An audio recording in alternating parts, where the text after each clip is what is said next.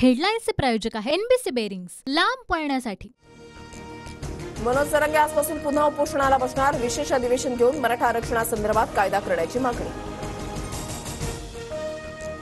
छगन भुजबळांना पुन्हा जीव मारण्याची धमकी। भुजबळांना ठार मारण्याची सुपारी घेतल्याचं नाशिक कार्यालयामध्ये पत्र। भुजबळांच्या फार्म हाऊस बाहेर पोलीस बंदोबस्तामध्ये वाढ।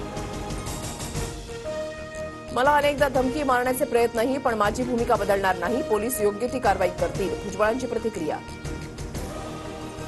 भुजबळांना आलेल्या धमकीची दखल घेण्यात सरकार सक्षम। भुजबळांना आलेल्या धमकीनंतर चंद्रकांत पाटलांची प्रतिक्रिया। यालाच म्हणतात गुंडांनी गुंडासाठी चालवलेलं राज्य। शिंदेंचा व्यंकट मोरेंसोबतचा फोटो ट्विट करत संजय राऊतांची टीका।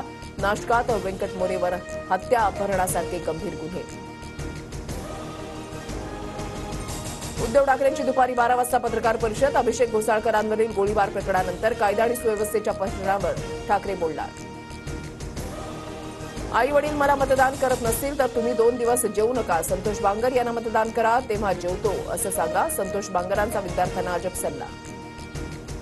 काँग्रेसचे नेते बाबा सिद्दीकी अजित पवार गटामध्ये प्रवेश करणार। संध्याकाळी 5 वाजता शेकडो कार्यकर्त्यांसह सिद्दीकींचा पक्षप्रवेश। आयआरएस अधिकारी समीर वानखेडेंविरोधात ईडीकडून मनी लॉन्ड्रिंगचा गुन्हा दाखल। कॉर्डेलिया क्रूज ड्रग्ज प्रकरणी वानखेडेंवर 18 लाख रुपये खंडणी मागितल्याचा आरोप। हेडलाईन्सचे प्रायोजक आहे एनबीसी बेरिंग्स, लांब पळण्यासाठी।